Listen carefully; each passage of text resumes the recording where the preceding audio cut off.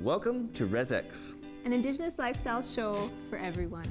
I'm Tyler Tootoosis. And I'm Erin Goodpipe, and we are your co-hosts. Also, make sure to follow us on social media, right here. So Tyler, how was your week? Stressful. There's work, little girl running around, my daughter, schoolwork. Tell me about it. Yes, Tell me about the it. end is near. I know it's not near for you, but you're going to get there eventually. And summer's off with pay.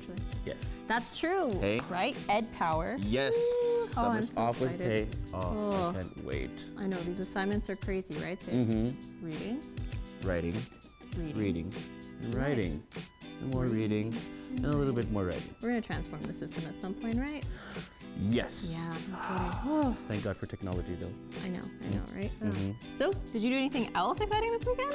Well, not really. It's just kind of been laid back. My mom just got out of hospital, so I'm just kind of staying around and helping her out. And my dad, the old man that he is, you know, there's still a lot to do at home now. Yeah. I bet. But for an 80-year-old with a pacemaker, he's still out there with a power saw.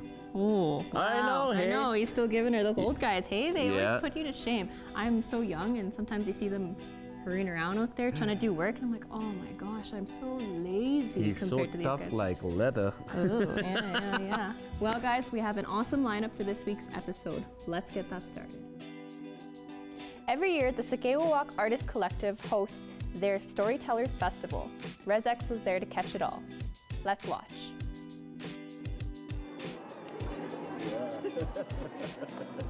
My name is Adam Martin. I am Executive Director at Sakewewak First Nations Artist Collective, Inc., here in Regina, Saskatchewan.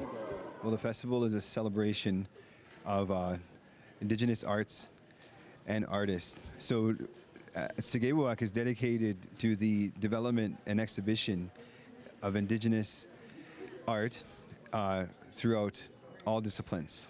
And the festival is the culmination of work that's done in the community and beyond. And then the other conversations happened at other kinds of tables, like in a coffee shop or around a picnic table, someplace sometimes where people wanted to have privacy, so they would go to a coffee shop or they would go out someplace where they could be outside, just be alone, depending on what they were talking about. But it was always around a table. Sherry Farrell Reset has the kitchen table theory, and it's about bringing people back around into your grandmother's kitchen, where a lot of everything happened, where your grandmother had the authority over the kitchen, and food was made there. And when the food wasn't being made, you were sipping tea and talking ideas and sharing knowledge. And now everyone is actually sitting around and beating. And they were just a group of random people, essentially, that are here for the festival to hear the talk. And now they're all visiting and laughing and eating and carrying on. And it's a good environment for it, because being in a university, this is probably where this sort of thing, the grandma's kitchen, is obviously very far away for a lot of people.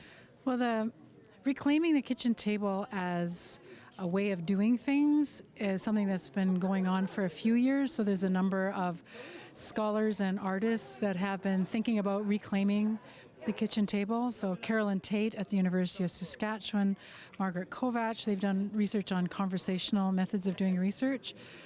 Just this last week, Raymond Boisjoli talked about that Indigenous art has a dude problem. And we've been actually talking about that for a while. And one of the solutions that I thought is that women need to reclaim women's spaces and women's ways of doing things. So when people sit at the table, they actually visit at the table. And I just think there was it seemed like there was a method in the construction of the smaller houses, older houses. I think the kitchen table, right now I'm living in Toronto at Massey College. I don't have a kitchen table. I am literally lost without my kitchen table. I don't eat at it. It's not a domestic space. For me, it's a creative space. And that's the way it was when I was growing up. My mom sewed at the kitchen table. We played cards. We visited. And so we're thinking about kitchen tables as ways of teaching and learning. Kitchen tables as ways of talking to community and sort of doing research together, creating knowledge together. and also sewing. Most of what I do at the kitchen table is bead. I don't cook much. And so what's happening here is that there's a real range of people that are here. We literally had people here ranging from grade 1 to university faculty. So everyone here is sitting at a kitchen table, and you can see that the tables are covered with colored cloth, and we have tea and bannock. And so we're thinking about recreating sort of the space of the kitchen as a learning and social place. And it's working. Just to keep it general, our Storytellers Festival happens every year in February. This time we had it at the beginning of the week to accommodate Chris Dirkson's powwow orchestra. Other than that, we've had it as late as the last week of February. Everyone's welcome. All the events are always free. Yeah, and help us out by coming year after year. Comedian Ryan McMahon was visiting Regina to promote his brand new podcast, Stories of the Land. RezX was there to interview Ryan about his work.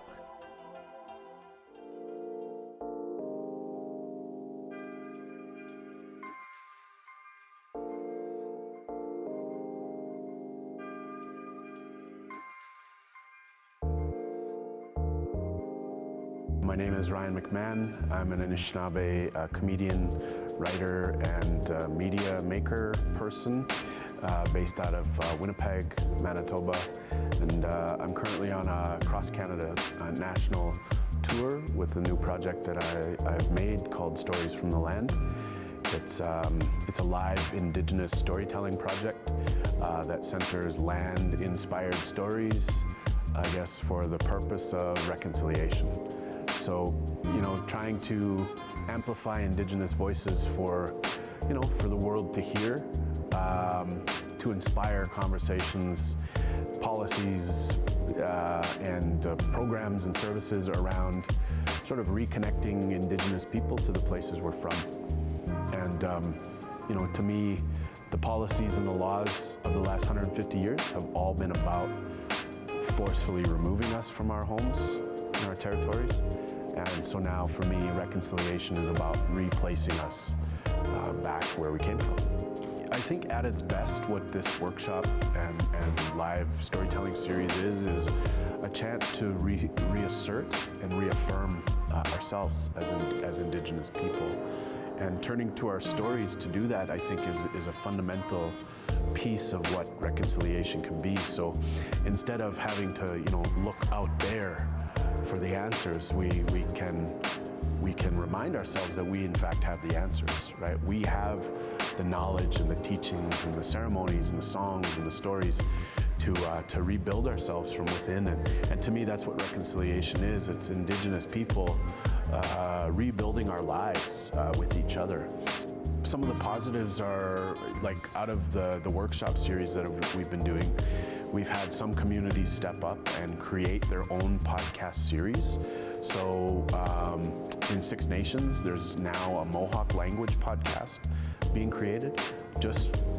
That just came from the inspiration of our podcast workshop and the importance of storytelling. And so they're doing an introductory Mohawk language podcast, which will center stories and help first-time learners learn how to pronounce words, but it'll all be done through storytelling. Some of the other successes that I would list are anytime we can get elders and youth in the same room and no one's in trouble and no one's being talked down to, and we're trying to create a safe space for everyone, that's a success. And so far, that's been a major goal of mine, is making a safe space for elders and youth to come together.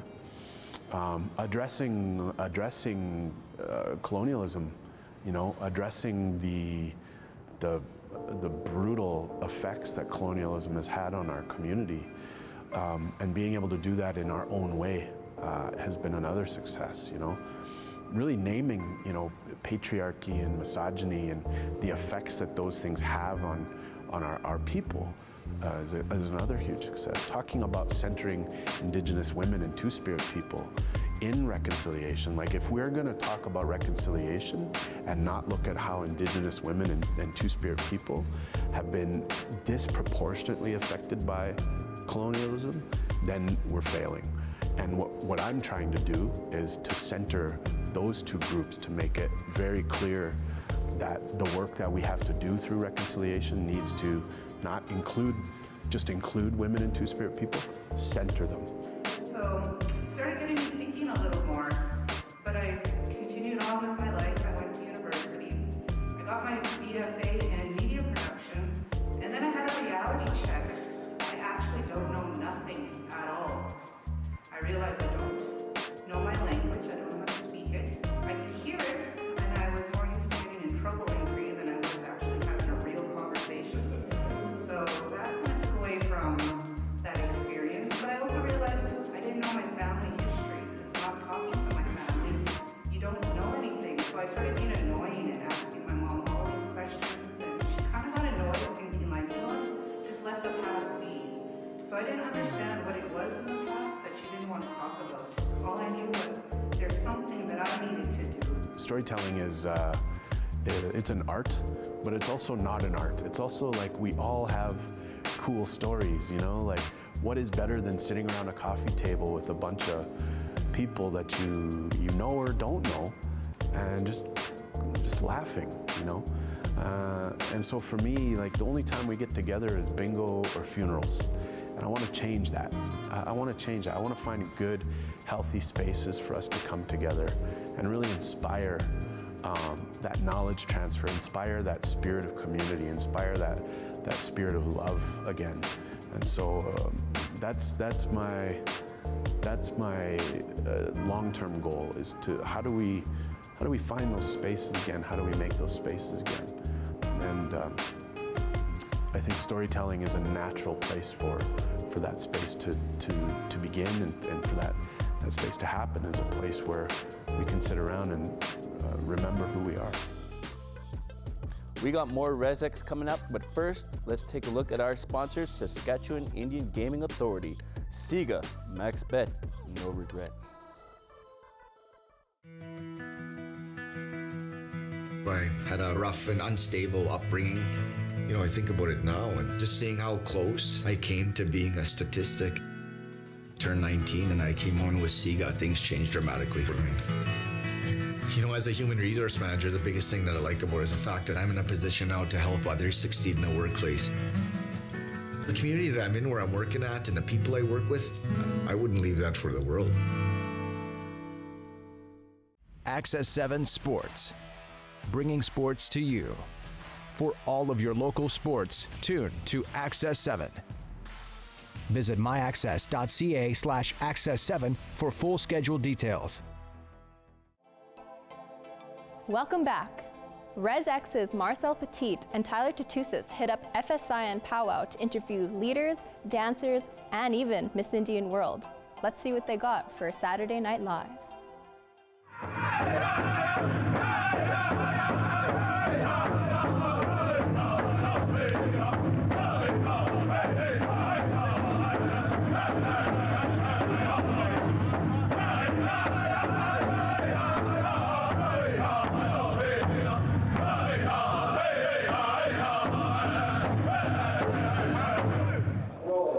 My name is Tyler Tootoosis with RezX TV, and I'm here with Vice Chief Heather Bear. So Heather, how are you enjoying the powwow so far? Well, thank you. I am enjoying this celebration. With my heart is full. I am just very excited about the weekend. Spirit of Our Nation's powwow, of course, we've been celebrating and hosting for about 14 years. And this particular powwow is it's not a new honoring, but an old teaching, honoring, respecting, and protecting our women. This is my first time ever being up in Saskatoon, so I didn't really know what to expect, but it's so large and it's so huge. What a really big, great celebration to be a part of. I really like the theme this year for like protecting and honoring our women. I think that should be brought for more into the States as well, and I really like that Canada has been very specific about it, especially FSIN this year, and I think it's very meaningful, and cornerstone of our culture. So that's why I think it's a wonderful idea this year to have that. Putting on a celebration of this magnitude, there are so many visitors, and when we talk about paying respects to our elders, we have veterans here, we have elders here, we have relatives that have come from all over Turtle Island. So it's just it's been just a great, wonderful weekend.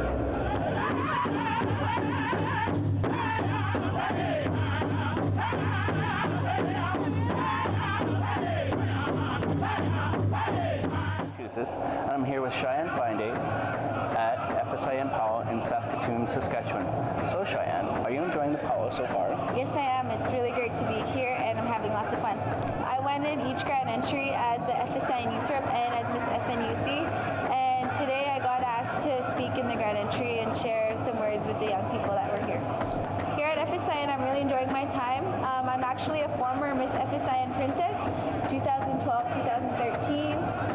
Last September, I was elected as the FSIN Female Youth Representative to be an advocate for all First Nations youth in Saskatchewan. This past July, I was elected on the AFN Executive to also be an advocate for all First Nations youth in Canada. And I was crowned Miss First Nations University of Canada. So yeah, I get to go to powwows. I meet a lot of young people along the way, and it's really fun. I really love the things that I do.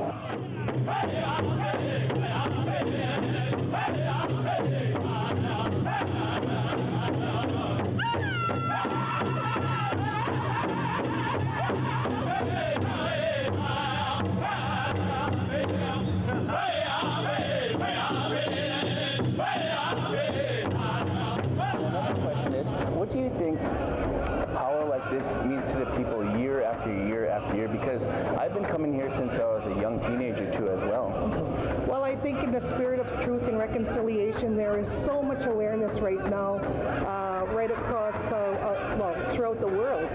And a powwow, it's a gathering. It's about ceremony. It's about song. It's about being inspired and about being proud of who you are and your heritage.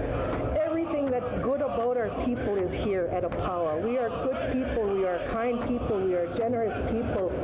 We are Indigenous people, and we need to celebrate and honor that.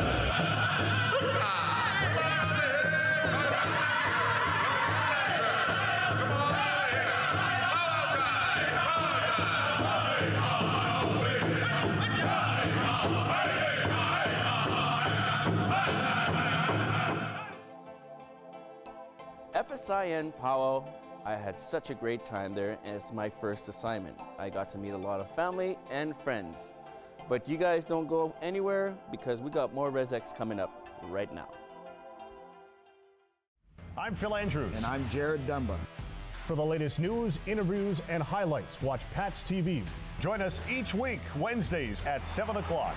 Only on Access 7. Brought to you by Cameron Okalita, improving lives through debt solutions for over 20 years.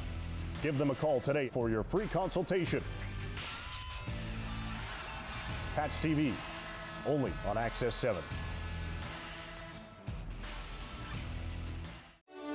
In Saskatoon, we've been providing free literacy support and services to our community. Parents are a child's first teacher. Their home is the first classroom. Our community is their first school. People walk through our doors for two main reasons. One is they want to improve their literacy skills, or the other reason they come through is to help someone. SIGA is a part of our organization. They've embraced our mission and our vision. We salute their commitment to learning. For this week's community profile, we go to Red Earth Cree Nation, where they hosted their first ever Justice Symposium. Let's see what came out of it. If we're going to make First Nations government, Red Earth Cree government, jurisdiction and law, we can't be running to non-Indian courts and justice systems to enforce it. We need our own justice system. It is a conference intended to enhance the road to healing that we all seek, to enhance the road to betterment for ourselves, for our quality of life, for our community. Well, it's an important event for all of our nation, communities of our nation. It's a justice system that they're looking at implementing. So it's one of the new legal political institutions and structures we need for our government. If we're going to implement the nation-to-nation, government-to-government sovereignty treaty relations, justice, and setting up our own Department of Justice and our own institutions of justice is very critical to making our system work. Today I was talking about the challenges associated with Red Earth Cree Nation dealing with justice issues and justice issues that are at the forefront of their community. For instance, having their draft Bill of Rights somewhat reflect the principles of the Canadian Charter of Rights and Freedoms. But we also spoke about the fact that their Cree perspectives or Cree worldviews and their Indigenous legal traditions based on their Cree perspectives and Cree worldviews can also be used as a way to enhance their own justice system based on those philosophies. If you want to change things, you do it, with the people so that the people know what is going on. They're participants. The only way that important change can come about and that you can expect to do well and the people to back it up is if the people have been involved and they feel that they have ownership of the thing that has been changed. So I think that they're doing, it's the right way to do things. We have sent thanks to our Creator for this day. A very special day indeed. Not just for our people, but for our community, for our First Nation. For this week's RezX Music Sessions, we are going to give you country folk singer, Raven Reid, who is going to be singing and performing her song, Dreaming of You. My name is Raven Reid, and my family's from mixed Cree Nations. I currently live in Saskatoon right now, and the genre of music that I sing is folk pop. Well, I'm self-taught, and I started learning the guitar about 10 years ago, and then performing live possibly about 7 years ago. I get this question a lot about which genre I'm in.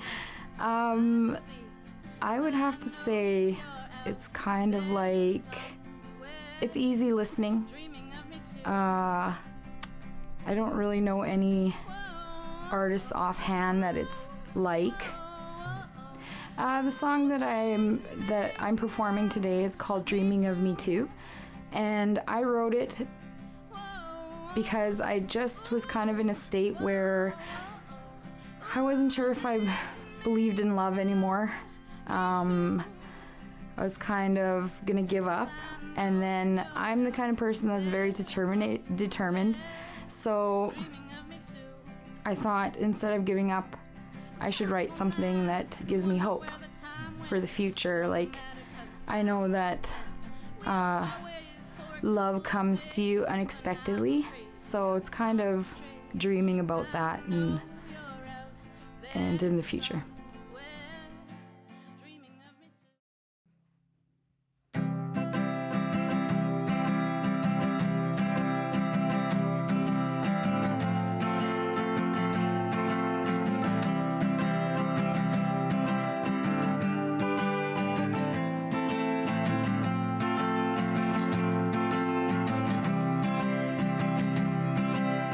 Maybe one day I'll be walking down the street, you'll be walking my way.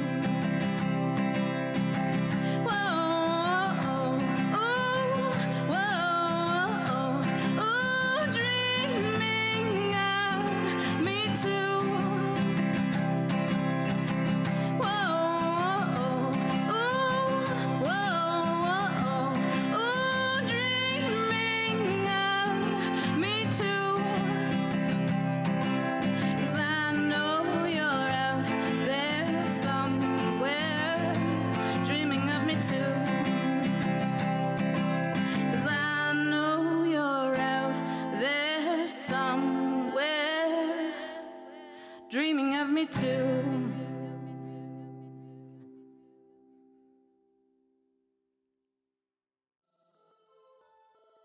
So Tyler, how did you enjoy this week's episode? It was really interesting. Raven Reid is a phenomenal singer. Yeah, no kidding. She has such a good voice, right? Yes, yeah. No kidding. And I really enjoyed it. I enjoy it every year, but Sakewewak Storytellers Festival, wow, the amount of artists that we have in our community today is just phenomenal, and to really shed light on everything that's happening in our community and telling it in different ways, so important. I would like to get the opportunity to go there and listen, like really get the time to listen to the cool stories that they have to share. Every single little story, right? Yeah. Is there any stories in your family that are big, or? Well, there's some of the stories. I mean, there's this one story my dad tells, but I can't really say anything because it involves just a little bit of fire and burning down of a residential school. Whoa. I know him. My dad was a rebel. Yeah, that's the way we need to be. Rebels. That's like our thing, right? Like fist pumping. Boom. And with that, guys, we had an awesome time. We'd like to thank our sponsors, the Saskatchewan Indian Gaming Authority, as well as Access7 and ShawTV. Thanks so much. Oh, and we can't forget about Fleek. Looking on Fleek. Looking on Fleek. For sure. And of course, we'd like to thank our many viewers for tuning in every week. So with that, 1,000 miigwetches? 1,000 miigwetches. 4 million. A billion. Okay, we'll go with a billion. A billion. Okay, catch you later, guys. See you next week. I know you're out there somewhere, dreaming of me too.